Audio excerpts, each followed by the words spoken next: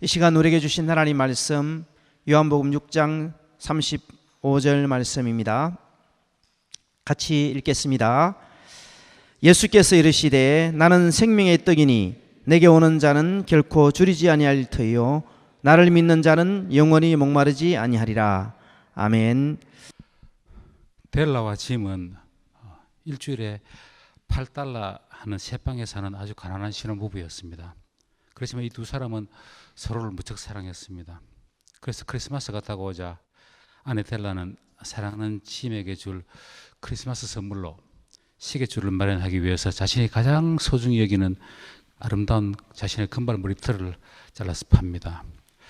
그런데 저녁에 집으로 돌아온 짐은 짧아진 이 아내의 머리카락을 보면서 할 말을 잃어버립니다. 왜냐하면 그는 사랑하는 아내에게 줄 크리스마스 선물로 머리핀을 샀는데 그 머리핀을 꽂을 그 아름다운 아내의 머리카락이 사라졌기 때문에 그런 것입니다.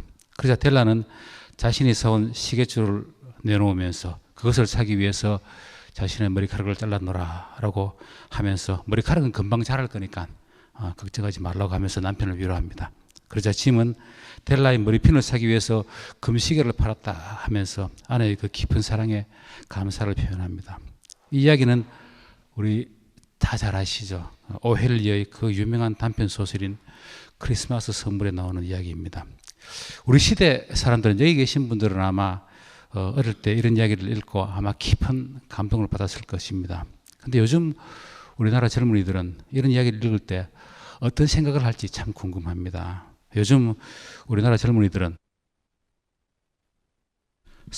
살고 있죠. 그렇죠? 연애, 결혼, 출산을 포기한 희망이 없는 산포 시대를 살아가고 있습니다. 그래서 우리나라의 출산율은 거의 세계에서 최악입니다. 최하위입니다.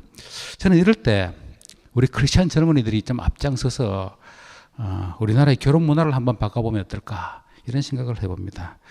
우리 크리스찬의 우리나라의 젊은 크리스찬 남녀들이 이 예수님을 붙들고 예수님 약속의 말씀을 붙들고 예수님 말씀을 의지해서 돈 없이 월세방에서 그냥 신혼살림을 시작하는데 한번 앞장서 봤으면, 그래서 우리 크리스찬의 우리 우리나라 젊은이들이 돈 없이 사랑만으로도 얼마든지 결혼할 수 있고 그래서 얼마든지 잘 살 수 있다라는 그런 본을 보여줌으로써 우리나라의 건전한 결혼 문화를 한번 선도해 나갔으면 하는 그런 마음이 있습니다. 그래서 그렇게 되면 우리나라에 희망이 없는 사람들, 이 산포 시대에 희망이 없는 젊은이들이 정말 많은 희망을 가지게 되지 않을까, 그런 생각을 해봅니다.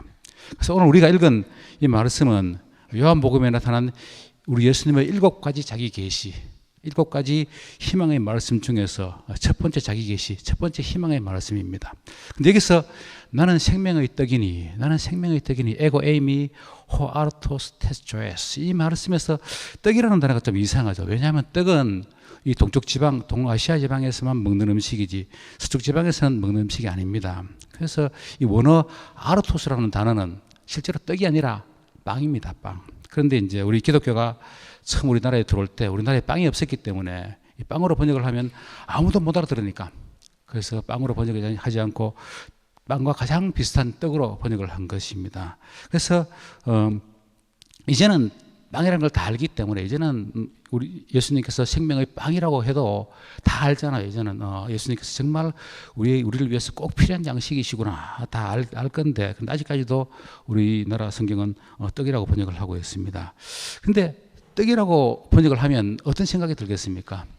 떡이라고 번역을 하면 떡은 우리나라 주식이 아니잖아요. 떡은 있어도 되고 없어도 되는 것이잖아요. 그래서 떡 나 저거 안 먹어도 되는데, 나는 떡 저거 필요 없는데, 이런 생각이 들 수도 있겠죠. 그죠? 그리고 특히 저 같은 경우는 떡을 별로 안 좋아합니다. 왜냐하면 제 집사람이 이 밥을 하기 싫어서 떡을 갖다가 잔뜩 해놓고 냉동실에 넣어놓고 하나씩 꺼내서 매일은 아니지만 하나씩 꺼내서 자주 이렇게 마이크로웨이브에 데워주는 거. 저는 마이크로웨이브도 싫어하고 떡도 싫어하는데, 그런데 억지로 떡을 저에게 먹입니다. 그래서 저는 떡을 아내가 주면 먹기는 먹지만 기분이 참 안 좋습니다. 아침마다 먹으면서 참 기분이 좀 우울합니다. 떡을 먹으면서. 그래서 저는 이 예수님께서 생명이 떡이다 이 말씀을 하면 저는 전혀 안 와닿아요.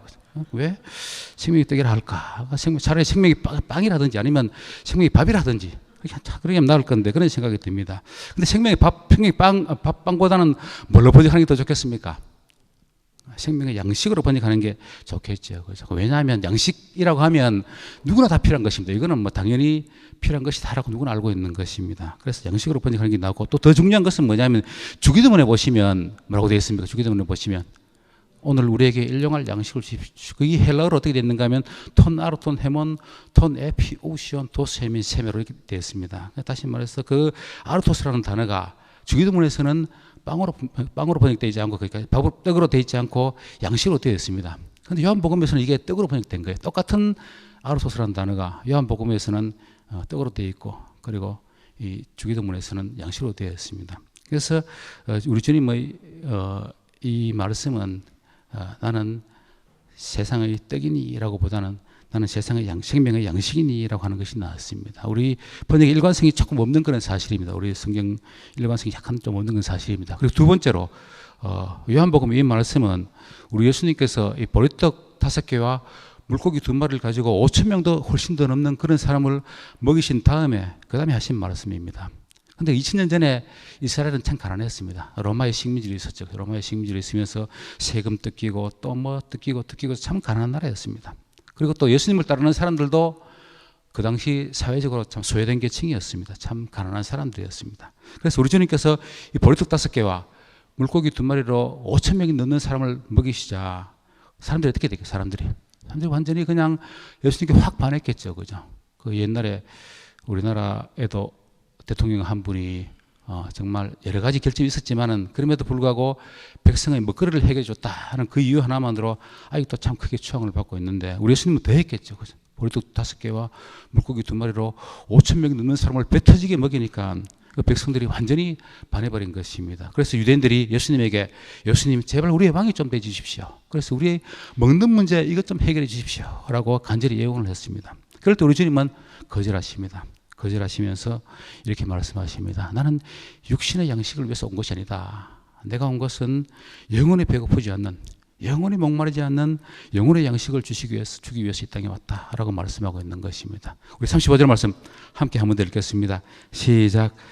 예수께서 이르시되 나는 생명의 떡이니 내게 오는 자는 결코 줄이지 아니할 터이요 나를 믿는 자는 영원히 목마르지 아니하리라.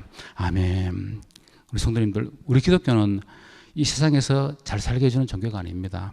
우리 기독교는 이 세상에서 육신의 양식이 없어도 이 세상에서도 재산이 없어도 그래도 만족할 수 있는 그래도 기뻐할 수 있는 그런 종교인 것입니다.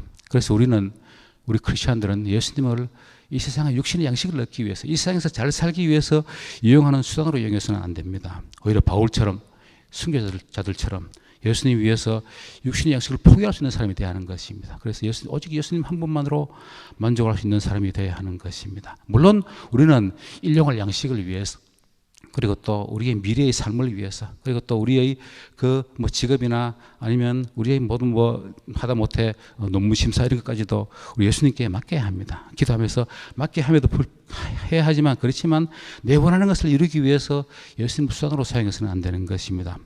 옛날 어떤 대학 기독교 단체에서 학생들에게 배우자를 위해 기도할 때 배우자 위해서 기도를 많이 하라 그러잖아요. 그러면서 좀 구체적으로 해야 된다. 막 키, 학벌, 뭐 몸무게, 뭐 집안 배경, 부모 직업까지 구체적으로 그렇게 기도를 해야 된다. 그런 이야기 한 거 많이 들어보셨죠, 그죠? 그리고 또 어떤 사람은 그렇게 이야기 진짜 기도하니까 정말 하나님께서 이루어 주시더라라고 간증도 막 하고 했죠, 그죠? 그런 걸 들은 적이 있는데 이런 것은 우리 기독교의 수준을 갖다가 아주 그냥 무속 신앙의 수준으로 이 바알 종교 수준으로 떨어뜨리는 것입니다. 우리 기독교는 우리 예수님은 한 번도 그렇게 약속하신 적이 없습니다. 우리 예수님은 내 하나로 만족하고 살아라 이렇게 말씀하셨습니다. 그래서 우리 이 세상에서 가장 복되게 살았던 이 세상에서 정말 가장 복 있는 사람이 누구겠어요? 이 세상에서 사람 중에서 가장 복이 있었던 사람이라고 하면 아마 우리 예수님 옆에 붙어 다녔던 그 12명의 제자들이 아마 가장 복이 있었을 것입니다. 그 예수님의 12주 제자들도 이 세상 살 때는 가장 정말 가난하게 살았고 모두 하나같이 다 순교를 했습니다. 그런데 우리 기독교가 이 세상에서 잘 살게 해주는 종교라고 하는 것은 터무니없는 이야기인 것입니다. 우리 예수님은 내가 원하는 것을 다 이루어주시는 분이 아니라 언제나 내 은혜가 네게 족하다라고 하시면서 감사하면서 살아라 라고 말씀하시는 분이신 것입니다. 그리고 마지막으로 세 번째로 우리 성도님들 지금까지 이 세상에서 이런 말씀을 한 사람 들어본 적이 있습니까? 지금까지 이 세상에서 나는 생명의 양식이니 내게 오는 자는 결코 줄이지 아니할 터이요 나를 믿는 자는 영원히 목마르지 아니하리라. 이런 말씀 한 사람이 지금까지 있습니까? 이 세상에 어느 누가 감히 이런 말을 할 수가 있겠습니까? 석가나 마호메트나 소크라테스나 공자가 이런 말을 할 수가 있었겠습니까? 우리 성도님들, 이런 말은 아무나 할 수 있는 말이 아닙니다. 이런 말을 할 수 있는 사람은 전지전능하신 하나님의 아들이시거나 아니면 정신병자이거나 둘 중에 하나입니다. 그런데 우리 예수님은 정신병자 아니겠죠, 그죠? 우리 예수님은, 이 말씀은 바로 우리 예수님이 하나님의 아들이시라는, 전지전능하신 하나님의 아들, 성자 하나님이시라는 증거인 것입니다. 그래서 우리 예수님은 문자 그대로, 이 말씀 문자 그대로 우리에게, 누구든지 믿는 사람, 모든 사람에게 결코 배고프지 않는, 결코 목마르지 않는 영원한 생명의 양식을 주실 수 있는 그런 유일한 분이신 것입니다. 사랑하는 우리 성도님들, 우리 기독교는 희망의 종교입니다. 왜냐하면 우리 주님께서, 전지전능하신 성자 하나님이신 우리 주님께서 나는 생명의 양식이니 내게 오는 자는 결코 줄이지 아니할 터이요 나를 믿는 자는 영원히 목마르지 아니하리라 라고 약속하셨기 때문입니다. 우리 성도님들, 부디 우리 주님의 이 약속을 꼭 믿으시고 먼저 그의 나라와 그의 의를 구하시면서, 그리하면 이 모든 것을 우리 주님께서 우리에게 다 채워주실 것이라는 그 말씀을 믿으시고 어떤 상황에도 희망을 잊지 않고 당당하게 살아가시기를 우리 주님의 이름으로 간절히 부탁드립니다. 우리 함께 기도드리겠습니다.